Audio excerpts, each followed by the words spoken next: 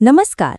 सोचकर देखिए, जब लाइफस्टाइल की आदतें और पुरानी बीमारियां एक साथ आ जाती हैं तो सेहत एक ऐसी पहेली बन जाती है जिसे सुलझाना आसान नहीं होता। आज हम एक ऐसी ही असल कहानी पर गौर करेंगे।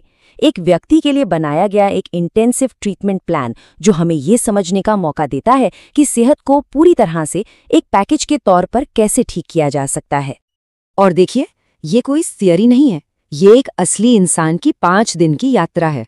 ये 5 दिन हमें दिखाते हैं कि जब लत और पुरानी बीमारी दोनों से एक साथ लड़ना हो तो एक स्ट्रक्चर्ड हेल्थ प्रोग्राम असल में दिखता कैसा है। तो चलिए सबसे पहले उस शख्स से मिलते हैं जिनकी ये कहानी है।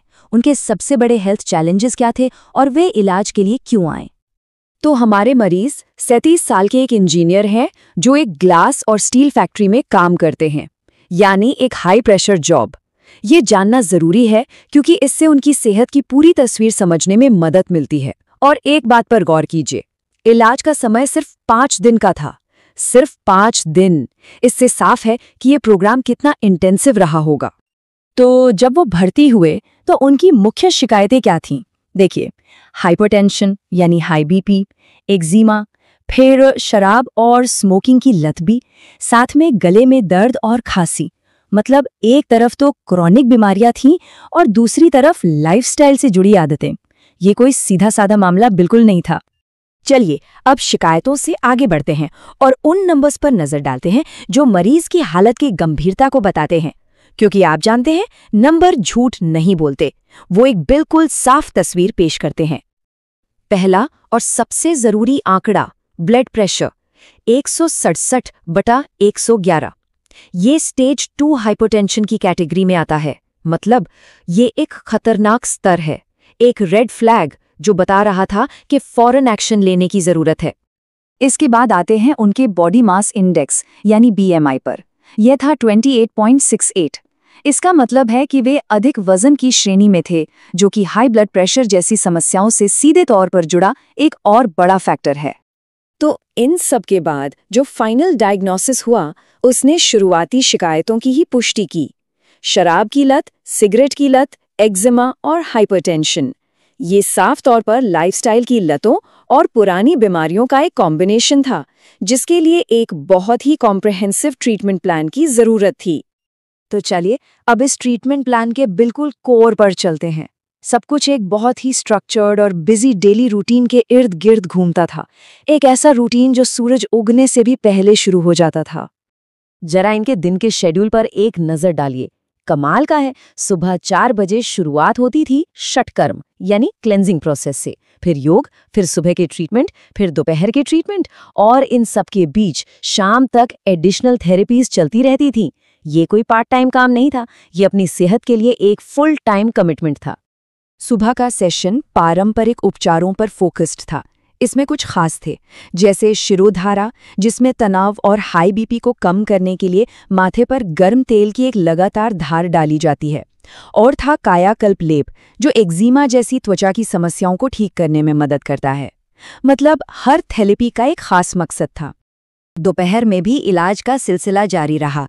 इसमें शामिल था नस्यम, जो नाक के जरिए दी जाने वाली एक हर्बल थेरेपी है और सिरदर्द और सांस से जुड़ी दिक्कतों में मदद करती है। साथ ही लिवर को सपोर्ट देने के लिए खास हॉट कोल्ड कंप्रेस भी थे, और हाँ, एक्जिमा के लिए एक टारगेटेड लेप भी लगाया गया। और बात यहीं खत्म नहीं होती। इन मुख्य उपचारों के अलावा और भी कई लेयर्स थीं।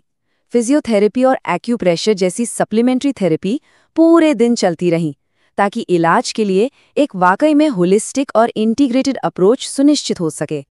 चलिए अब इस ट्रीटमेंट प्लान के एक और बहुत ही जरूरी हिस्से पर आते हैं, न्यूट्रिशन।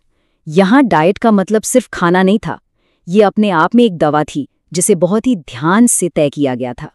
एक नज़र इनकी रोज की डाइट पर डालिए। ये बहुत ही सरल और सोची समझी थी। जोर था हल्की, आसानी से पचने वाली चीज़ों पर, जैसे उबली हुई लौकी और जौ की रोटी। आइडिया ये था कि शरीर की एनर्जी पाचन में खर्च ना हो, बल्कि हीलिंग पर लगे, और दिन भर जो औषधीय क्वाथ और जूस दिए जा रहे थे वो शरीर को साफ करने और लिवर को सहारा देने के लिए थे। खाने के अलावा एक और खास हिदायत थी, हर दिन 1 लीटर विशेष चिकित्सीय पेय का सेवन करना, ये कई जड़ी बूटियों का मिश्रण था जिसे शरीर के ओवरऑल सिस्टम को पोषण और सहारा देने के लिए डिजाइन किया गया था ताकि हीलिंग की प्रक्रिया और तेज हो। देखिए, कहानी अस्पताल में इलाज खत्म होने के साथ ही खत्म नहीं हो जाती। चलिए अब उस प्लान को देखते हैं जो छुट्टी के बाद लगातार देखभाल के लिए बनाया गया था, क्योंकि लॉन्ग टर्म सफलता के लिए यही सबसे जरूरी था। छुट्टी के बाद की देखभाल के लिए एक डिटेल्ड 30 दिन का दवा का प्लान तैयार किया गया। इसमें हाई बीपी के लिए अर्जुन क्वाथ और मुक्तावटी जैसी हर्बल दवाएं थीं और लिवर के स्वास्थ्य के लिए लिवामृत था। हर दवा का बिल्कुल सही समय और डोज तय किया गया था ताकि जो सुधार की प्रक्रिया शुरू हुई है वो घर पर भी जारी रहे। तो इस पूरे प्लान को देखने के बाद एक सवाल मन में आता है, सेहत के लिए एक मल्टी सिस्टम अप्रोच के लिए असल में क्या चाहिए? ये केस दिखाता है कि ये सिर्फ दवाएं या इलाज नहीं है, बल्कि एक मजबूत स्ट्रक्चर, पूरा कमिटमेंट और शरीर को एक इंटीग्रेटेड सिस्टम के रूप में देखने का नजरिया है। शायद सेहत का असली राज इसी में छिपा है।